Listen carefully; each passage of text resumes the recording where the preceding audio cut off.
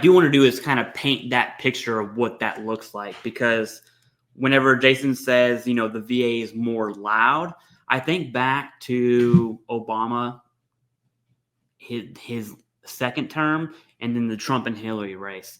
The VA it existed, obviously. I was there. It made a little bit of noise, but nothing that brought it front and center ever.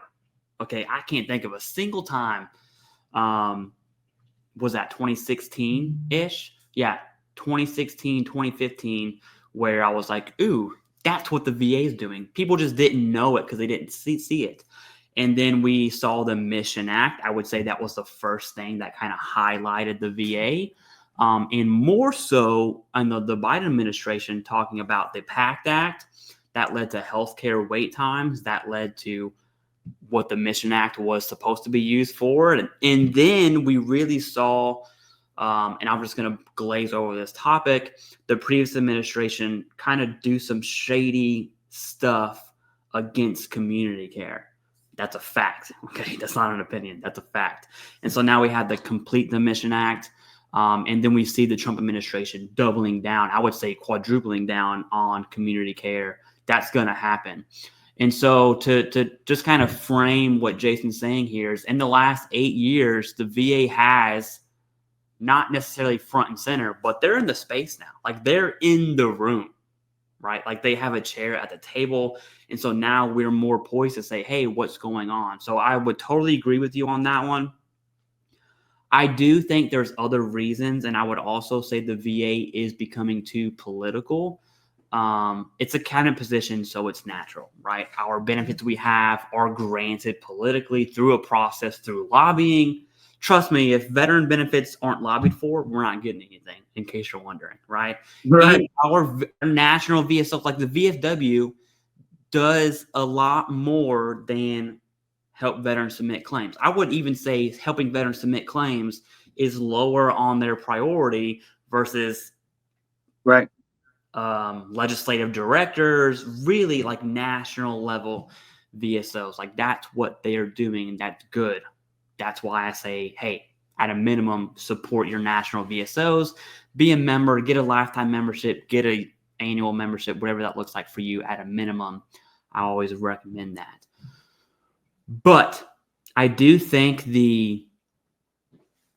number one, the PACT Act, the amount of money the PACT Act has forced the federal government to spend has brought it front and center. I wouldn't say the VA's in the room. I would say now they have a chair at the table when it comes to the budget. And right now, the budget's the number one priority.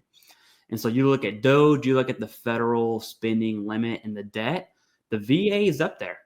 Number one's DOD, and that's I think their budget was like $850 billion, which I just can't think about.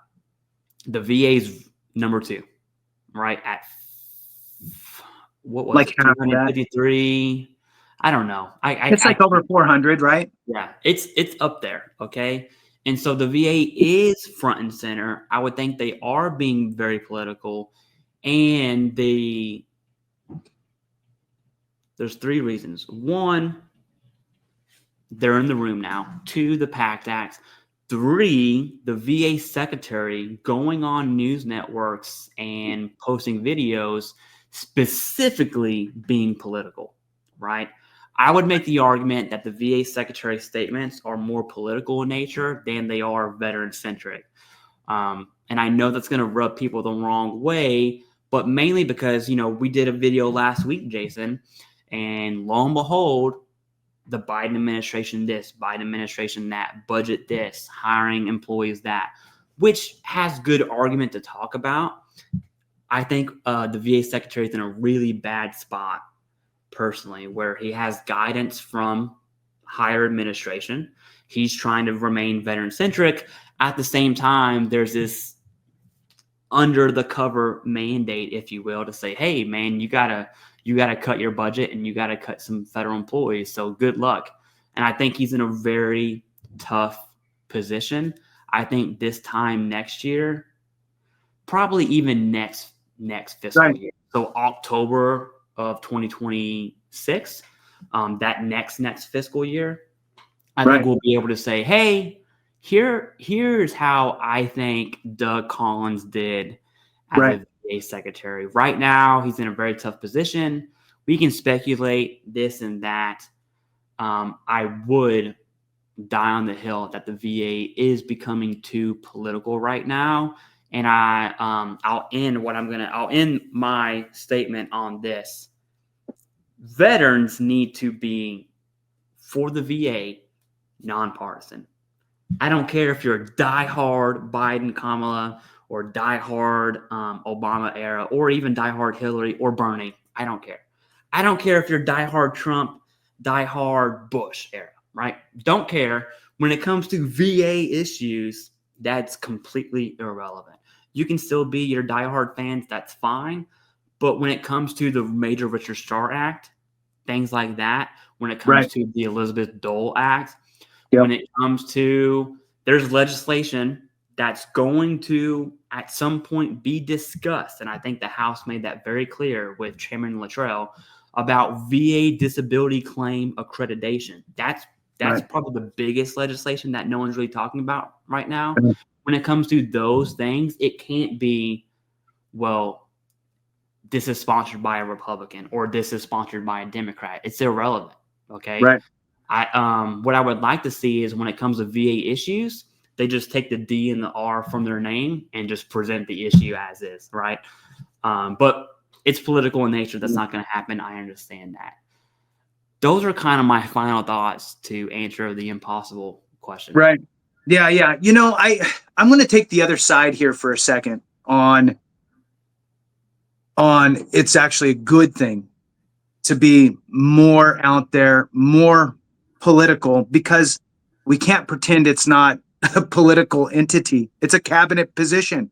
And like you had mentioned, having a chair, a real chair, instead of the little foldy let's get an extra chair, right? No, they got like a legit chair like everybody else, leather, right? It's like $2,000 chair. Exactly. They got his name on it. Yeah, exactly. Because look, I mean, there's a lot of us that have been like that extra person to that meeting, and it's like, well, let's get the extra chair, and it's just a little shitty chair. Yeah. So I mean, at least I've been there. So to be more political, I think is probably a good thing. And I'm just reaching back to my times as a very small scale compared to, but as the veteran service officer, right? I had to be political and put myself in front of the board of supervisors, put myself in front of the county the county administrative officer. I had to be present, because if I wasn't, then we didn't exist and didn't matter. And once that happens, you can't come and say, oh, hey, we're short on our budget. We need more money to accomplish this. Well, who are you again? And go kick rocks and figure it out. Too late now. Everything that you want 2 years from now, 3 years from now, a year from now, you need to start building those relationships and showing where you're at and your direction before you even get there. And you need to start planting the seeds, right? Now, I get it. And this is what you're talking about. This is not an easy road to hoe, for sure. Like, I would never, ever, ever want to be in his shoes here today. Speaking of the Secretary Collins, right? Because you have almost this conflicting thing, right? So it's reduce, contract, eliminate, do more, do better. Yeah. Be more accessible, be easier to navigate, get more people enrolled thing going on. And that is very extreme differences, and it's hard to balance that. I agree with you, though. I think that so if we rip away the eliminating things, the executive branch desire to constrict the federal government, right? If you take that away, and it's just whatever, whatever you need, right?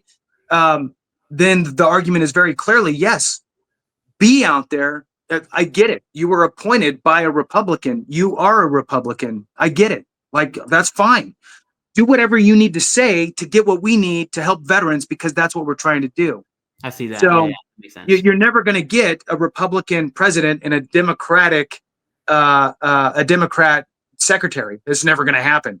So next cycle for the presidency, let's say that a Democrat comes in. Well, now you have a Democrat. You're going to have a Democrat secretary, and they're going to talk Democrat things. And we're going to go, if it's for the benefit of veterans, do it. Be political. Be whatever you need to be. That's who's in office. They put you here. Do what you need to do to keep us in the forefront of the administration's mind. And the more that we're visible, and I get it, this is a double-edged sword a little bit.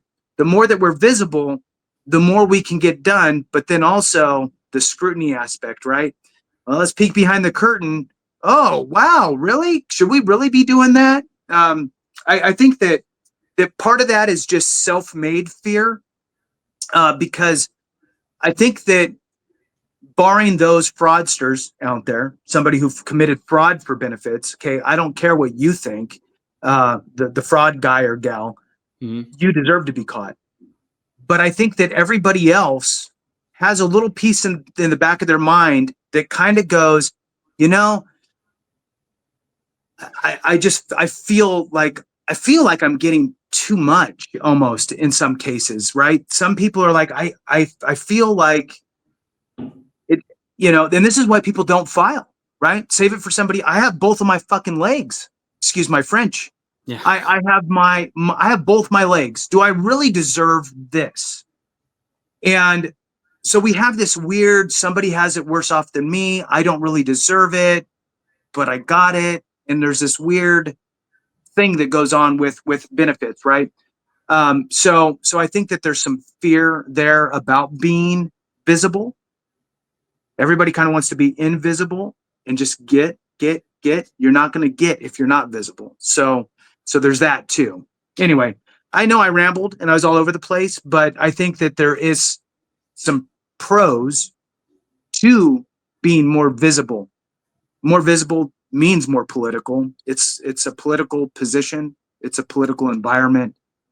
Our benefits come through political signatures. So, I mean, it's the necessary evil, I think. And I'll throw this out there. Politicians, I don't trust as far as I can throw. Anyway, it doesn't matter which one you are. It doesn't matter. And appointed people, same thing. I'm not going to trust. I'm going to inspect what I expect, and the proof is in the end results, not the words, right? So